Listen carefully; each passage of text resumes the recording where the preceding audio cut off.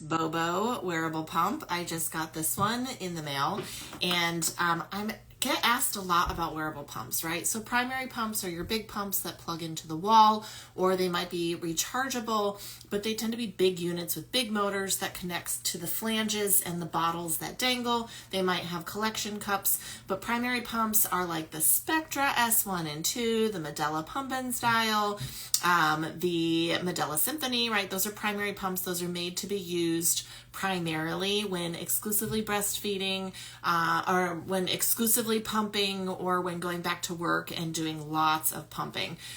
Portable pumps are your smaller, like cell phone sized pumps that can go with collection cups or with the pumps and flanges.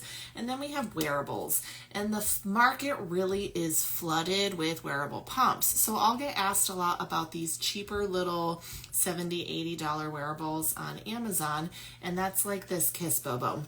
So let's talk through setup, use, and reviews. Okay, so these pumps are designed for quick on-the-go pumping. They are not meant to be primary breast pumps. If you are exclusively pumping, if you're bringing in a milk supply, if you have a preemie baby that you're trying to keep milk supply for until baby gets out of NICU, this is not your go-to pump. If you're an exclusive pumper, you really should be using a primary pump or a better quality pump, and this just gets in little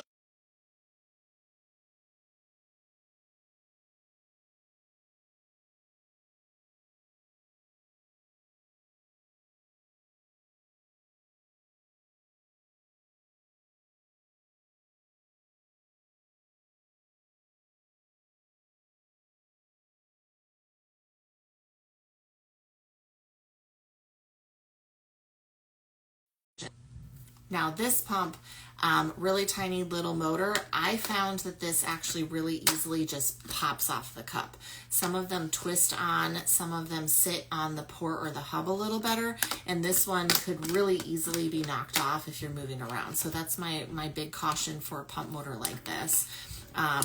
This particular pump, let me show you how to set it up. So motor just kind of pops on, right? This is the collection cup. What I do like is that it has a pretty good contour here, okay? So the breast is gonna sit in here.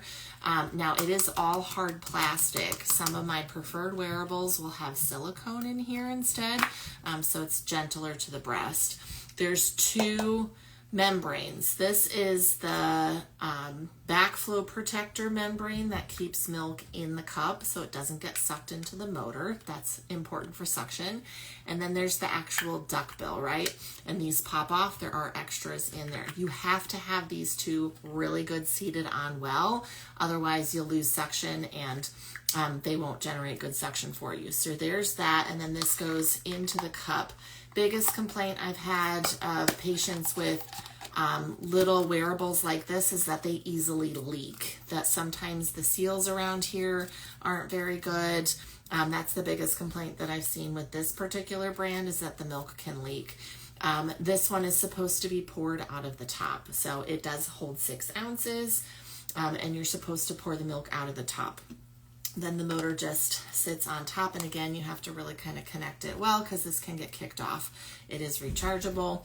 In terms of size, if you look at the profile, this is the Motif Aura, so I don't like this pump, but just for a size comparison, this is bulkier. This is the Willow.